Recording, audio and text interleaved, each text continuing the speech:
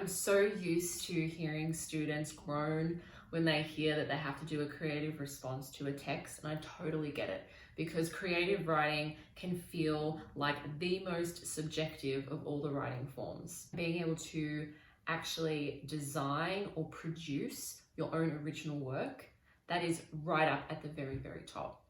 So if you are one of those students who feel like you're already dropping the ball in English because of this kind of assessment, or even if you are a student who loves creative writing but you just want to give yourself a bit of an edge, keep watching, and I'm going to give you some pretty cool tips that you can try and put into action over the next few weeks.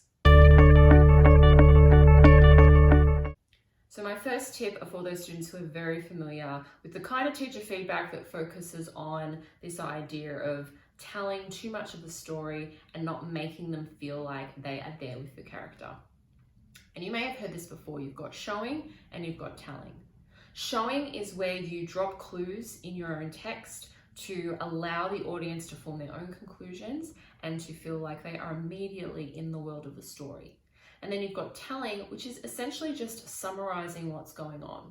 And you can probably imagine that if you're reading a story that is purely just telling you what's happening and not really giving you a chance to engage with the world that you're reading about, it's going to get pretty boring pretty quickly.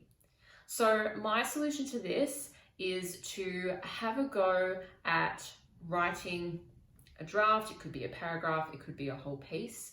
And then I want you to go back through and I want you to make sure that you have a blend of what I consider the 4 core elements of any good story. And those elements are action, character reflection, description, and dialogue.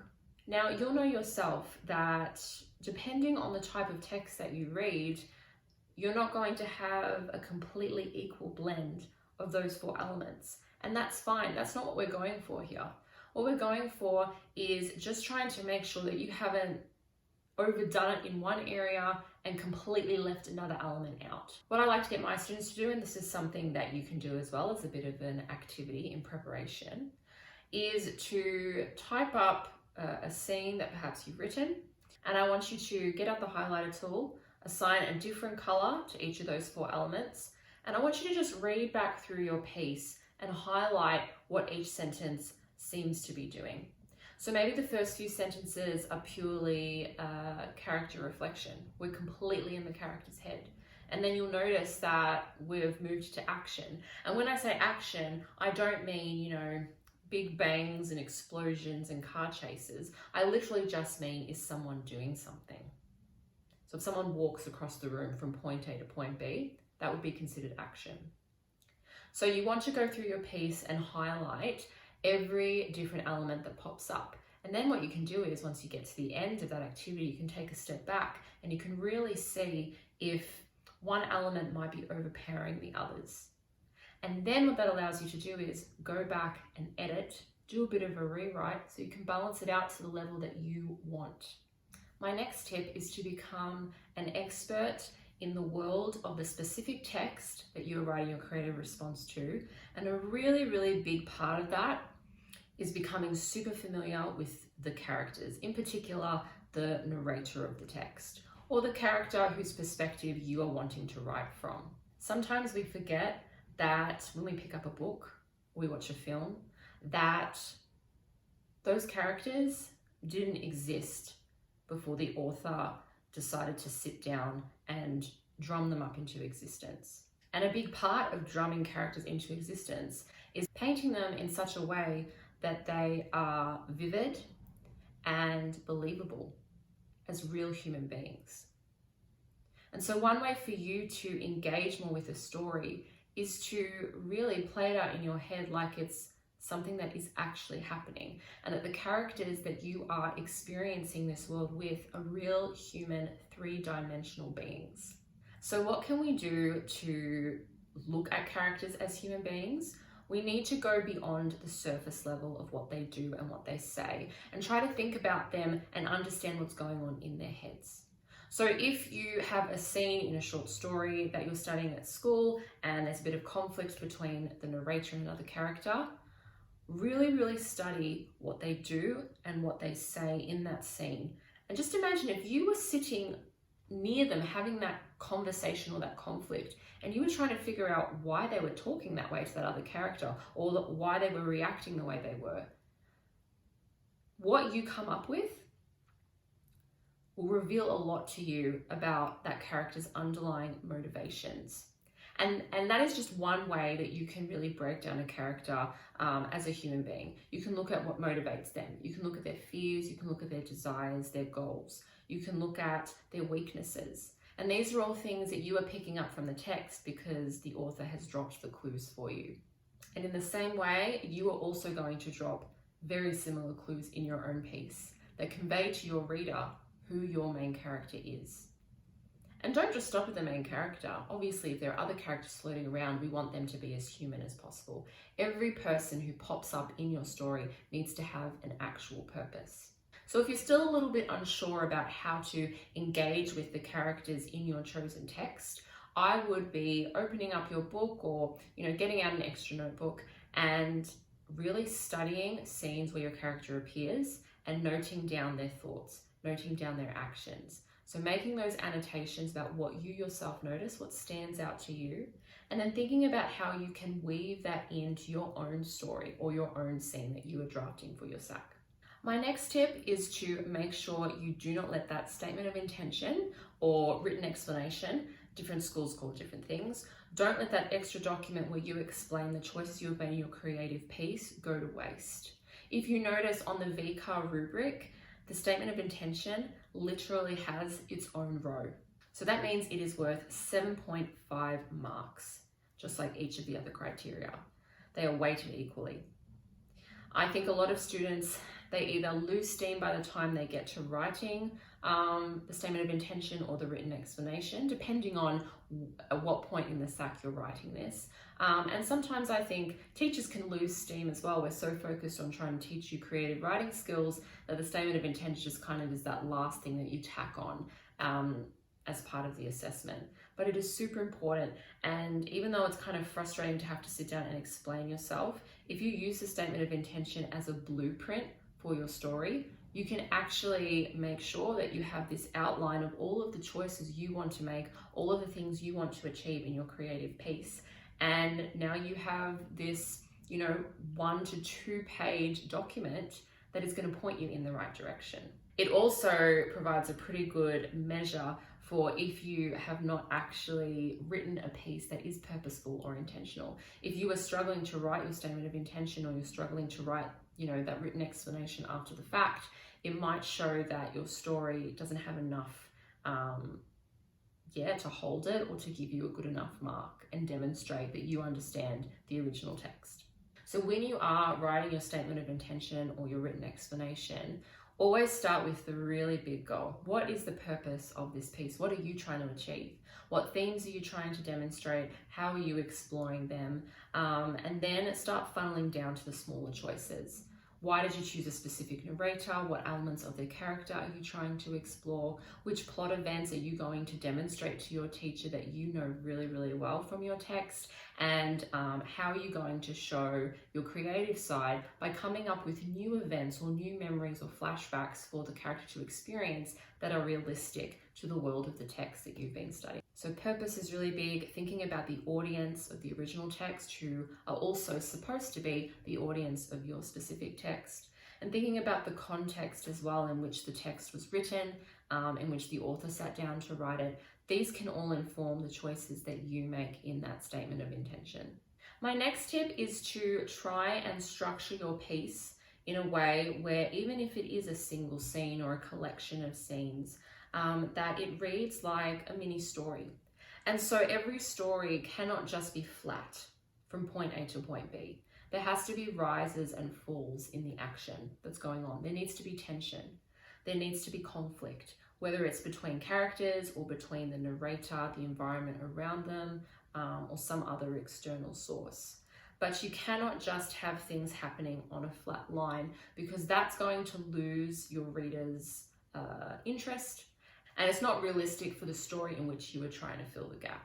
A way to make sure that your story follows a structure is to make sure, really, I think the most important thing here is just making sure that something has to change, but between the beginning and the end of the story. And this is something you can actually map out for whatever text it is or scene it is that you are trying to add to. So what you do is you take your original, let's say it's a short story from Like a House on Fire. You are going to think about, okay, where is my narrator at the very beginning of this story? Who are they? What do they care about? Yeah, what is their state basically of being at the very beginning? And then think about how they are at the end of the story. How have they changed? How do we know that they've changed? Then what you can do is, once you've figured out where they were and where they are, you can start to plot out what are the things that actually added up to that change in the end. And you'll be able to do this. They can be very subtle changes, but no story will ever have things staying completely the same. Something has to shift. And this should be the way that you approach your own scene or your own story. Have your point A, have your point B, have some shift happen somewhere between those 2 points, and map out what are the little things that are going to add up to that shift. All right, my next tip is to make sure that you observe the style of the writer who you are trying to emulate. This is super important. It makes up a whole other row on the VCAR rubric. And your teacher is going to be looking out to make sure that basically, if they were to slot the piece that you have written into the original text, would it make sense? So would the narration sound the same? Would characters be speaking in the same way? Would you be using the same sorts of literary devices? So again, I'll go back to Like a House on Fire because I'm so familiar with it personally, but, and I know a lot of students do study it, but Kate Kennedy, she loves a good simile and she loves a good analogy. And so I think you'd really want to make sure that you show that in your own story or in your own response. And coming up with similes is an interesting exercise in itself because you need it to be realistic. I think that there are 2 things you should do to make sure your similes or metaphors work. The first thing is think about what you are going to write a simile or metaphor about. Okay, and then think about that thing or that person's characteristics, and then think about something else that shares those same characteristics. Okay, and spend a bit of time brainstorming. And then once you find something that you think could work, try writing it out. Try writing out the simile or the metaphor. And a great way to test it is to make sure that whoever is, noting this simile or metaphor, whether it's a character or a narrator, does that comparison sound like something that character or narrator would make, right? So like maybe someone who works in a dentist's office might make comparisons that are relevant to, their job or their perspective. So this kind of ties in very well with knowing your character like a human being. What sort of comparisons would they make in certain situations? But obviously similes and metaphors aren't the only literary devices. So what you need to do is you need to go back through the story or the scene or, the entire text that you are adding to for your creative response, and really just focus, have tunnel vision and think about, okay, what are some techniques, what are some strategies or tools that this author is using to make this story more engaging? And often you'll find it in the description. If you would like me to do a video on literary devices and finding them in a text and breaking them down, comment down below and I will get that set up for you guys. All right, 2 tips left. So this tip I think is something that maybe a lot of students or people in general may not think about when they're writing, and that is do not forget the setting. We often go to the character, we often go to the plot, we think about the themes because that's something that our teachers keep drilling into us. But setting is super, super important. And when a writer sits down and creates a world, setting is no accident. They have thought about where they're going to place their characters. And so what I want you to do is I want you to think about the setting or settings, if you have multiple in your story or your scene. And I want you to think about how does that setting either impact the character or reflect the character's state of mind. Just have a think about that for a second. So a person doesn't just, walk into a setting and that's it. There are going to be maybe other people in the setting, there are going to be, weather conditions, there are going to be objects or items around them that they will interact with, and that will inform maybe their actions, It may inform their worldview. You can really be super, super clever with the setting. So again, something that I'm asking you to do a lot here, because it's so helpful, is to go back to the source material, because essentially what you are doing in this SAC is you are showing that you can demonstrate an understanding of the original text. So what you're going to do is you're going to go back to that original text, maybe have a look at, one or more of the settings, and think about how they either interact with the characters, how they might affect plot events, or how they even reflect or mirror what characters are going through at any given point in time. And my final tip, a bit more general, but I think it's super important that we don't get overwhelmed with all of the different skills that we see outlined in, the VCAR rubric, all of these different criteria that we've got to try and hit and excel at. It's too much. So what I want you to do is I want you to be realistic and honest with yourself about where you are in terms of your creative writing ability. So if you haven't already, ask your teacher or your tutor for feedback on your writing. Ask them to point out to you what it is that you are struggling with. Because then once you can choose one or two of those minute skills, you can then spend however much time you have left before your SAC to practice those skills, to do activities around those skills, to ask your teacher to give you more and more feedback on those specific skills, and just to feel that sense of mastery, really, and to feel that accomplishment. Because let's say, for example, from your year 11 SAC results that maybe you struggled with including literary devices. You know that you were in the medium column on the rubric. So maybe you've decided that this year you're going to move up one. You're going to get to that you're going to get to that high level box on the rubric for that very specific skill. And so you are going to seek out ways to try and study how other authors, or how the specific author that you are trying to emulate, how they include literary devices, and you're going to try and practice writing in that style and showing your teacher and asking for feedback. We're only at the beginning of the year, so every small difference that you can make to your writing ability is going to count, and it's going to compound. So if you, for every single SAC across this year, try to change a few different skills, okay, and you cement them, okay, and you become good at those skills, and you retain the knowledge and the ability around how to demonstrate those skills, by the time you get to the exam at the end of the year, you'll be so much better than how you are today. And that's exciting. You all have potential to improve. And we're only in February, so you have a long time and a lot of weeks, a lot of days to really, lock yourself up in your study or your bedroom and practice very specific skills that over time will change your identity as an English student. Hopefully these tips were helpful and you're able to choose even just one or two to take on board to help you make even the tiniest of improvements to your creative writing SAC. Ultimately, what we are asking you to do is to think of yourself as a storyteller. You know from the years of being at school that you have consumed books, films, poetry, potentially even video games, depending on what your school has set for you in the curriculum. You have consumed so many texts that were constructed from scratch. Someone sat down and magicked up this world and they put it on paper, and then you engage with it as the reader. And now you too have the opportunity to become the storyteller, to sit down and conjure up something from scratch. You actually have it a little bit easier because you already have an original text that you are pulling ideas from.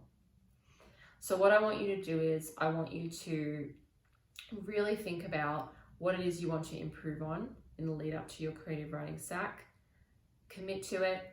Tell the people around you, in particular, teachers, tutors, people who can help you, and really see how much you can improve between now and your SAC date. Alright guys, I hope you enjoyed that video. As I said before, this is the first video I have filmed for PowerHour Education. We are a growing business and we're just kind of wanting to get out there and helping students as much as we can. So if you can, please give this a like, Comment below your thoughts about the video, any questions you might have. If you want me to come up with more videos for specific skills, or even texts that you're studying, let me know and I will get straight to work on that for you.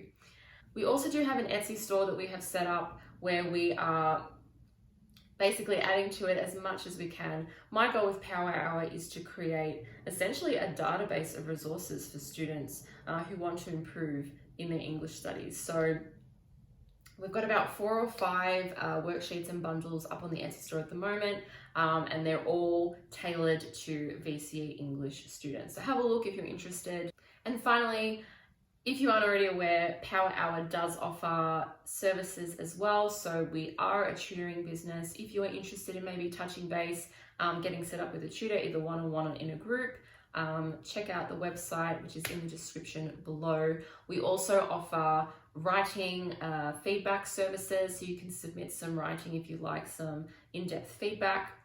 And something that I'm super excited about is we offer personalized learning plans. So if you are unsure what skills you need to focus on this year in the lead up to that final exam, you can book a free consult with one of our tutors and they will design a learning pack and a calendar to help you practice the skills that you need to work on leading up to the end of the year.